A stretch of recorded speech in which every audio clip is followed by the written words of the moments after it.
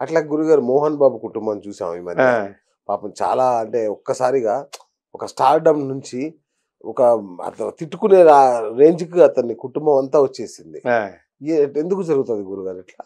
ఒకటండి, ఎప్పుడైనా సరే ఒకళ్ళు ఫైల్‌లోకి వచ్చారంటే దాని వెనకాల ఏదోటి దుష్టశక్తులు ఏవోటి ప్రవహిస్తూ ఉంటాయి. ఓకే. ఇప్పుడు మనం ఉన్నాం. మీరు బాగున్నారు.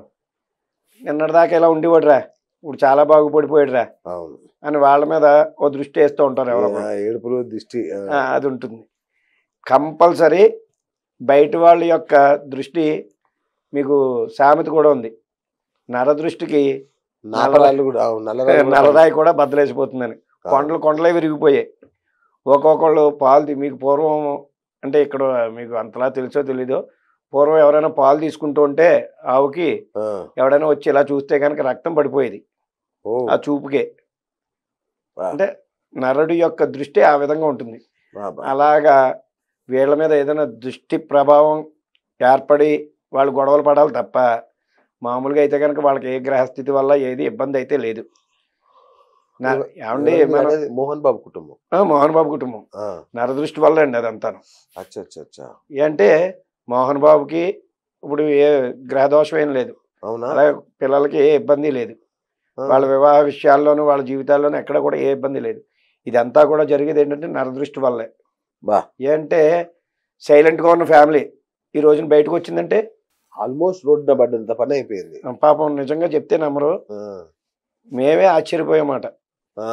అంటే మోహన్ బాబు అంత ఇది అంటే మోహన్ బాబు దగ్గర నేను మెచ్చుకోవాల్సిన పని ఏంటంటే ఈ రోజుకి కూడా దాసరి నారాయణరావు గారు మా గురువు గారు అంటారు, ఎన్టీ రామారావు గారు ఎవరు కూడా ఏ ఇండస్ట్రీలోనూ ఉన్నాయి లేకపోతే ఏ దాంట్లోనూ ఉన్నాయి ఎవరిని గురువు కింద ఎవరో చెప్పుకోరు. ఇప్పుడు కొంచెం హై లెవెల్లోకి వెళ్ళాక నా వాడు ఈ నా చుట్టం ఈ నా చుట్టం అంటారు తప్ప ఎవరిని గురువు కింద చెప్పుకునే వాళ్ళు ఎవరు లేరు.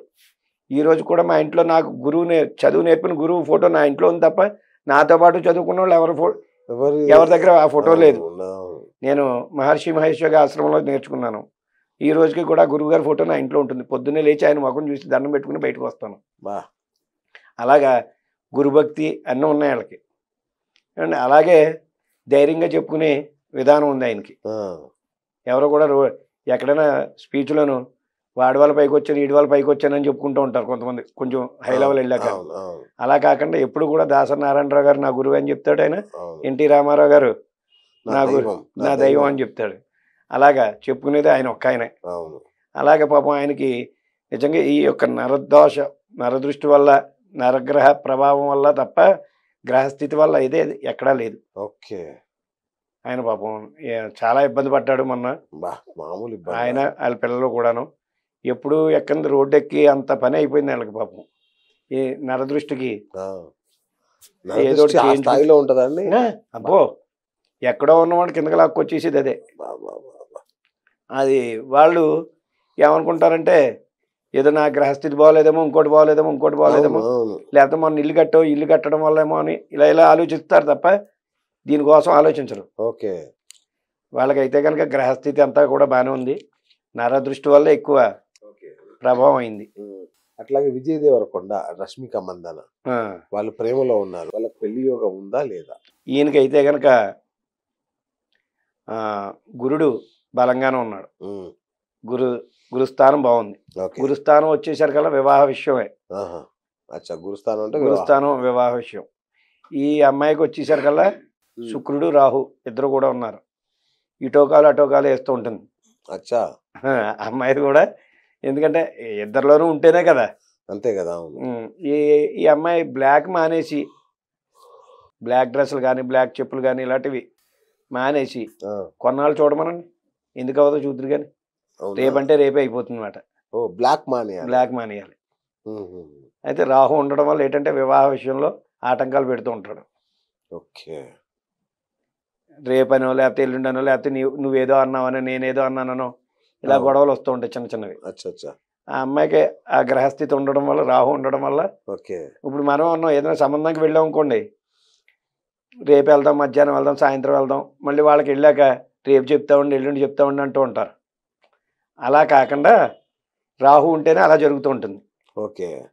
అందువల్ల బ్లాకు బ్లాక్ డ్రెస్సులన్నీ మానేసి, బ్లాక్ ఆ. చెప్పుల దగ్గర నుంచి అన్ని మానేసి, ఆ, ఒక్క నెల వాళ్ళు చూడమనండి, మొత్తం అన్ని లైన్ అయిపోతాయి వాళ్ళకి, బా ఇబ్బందులే ఉండవు. సూపర్. ప్రభాస్ అండి. ప్రభాస్కి అయితే ఏం పర్లేదు, అన్నీ బాగానే ఉన్నాయి. ఆ, ఆయనకైతే వివాహ విషయంలో ఇప్పుడైతే కనుక ఏ ఆటంకాలు లేవు, చేసుకోవచ్చు. కానీ ప్రభాస్ చేసే పని ఏంటంటే చేసుకుందాంలే, ఇప్పుడున్న రీడింగ్లో ముందుకు వెళ్దాం. ఇంకెప్పుడు చేసుకుంటారు సార్? ఒక్క విషయం అండి, ఆ, వివాహం సమయం అయితే ఆసన్నమైంది. ఆసన్నంగా సార్ అంత్య దశకు లేదు, లేదు, లేదు. మీకు ఎలా అంటున్నారు మీరు? మాకు బ్రాహ్మణుల్లో కానీ రాజుల్లో కానీ ఎవరిలో అయినా సరే మా చిన్న వయసులోనే చేసేయాలి, ఇప్పుడే పెళ్ళి అయిపోవాలన్నది ఉండదు. గమ్ముని ఓకే. కొంచెం స్థిరపడి ఏదో ఒకటి లైన్ చేసుకుని అప్పుడు నిలబడదామనే విధానంలో ఉంటుంది. బ్రాహ్మణులు ఒకటి, రాజులు ఒకటి, కొంచెం చౌదరీస్లో కూడా అంతే, అచ్చా, కొంచెం బాగా లేట్ అవ్వాలి. కొంచెం లేట్ అవుతుంది. దాంట్లో ఇబ్బంది అయితే ఇప్పుడు మాకు బ్రాహ్మణుల్లోనూ చౌదరీస్లోనూ పిల్లలే దొరకట్లేదు కదా, అలాగే రాజుల్లో కూడా లేరు. ఓకే. అలాగే ఈయనకైతే కనుక ఇప్పుడు బాగుంది కనుక గ్రహస్థితి ఇలా నడవడం మంచిదే, దానివల్ల ఇబ్బంది ఏం లేదు. Okay, okay.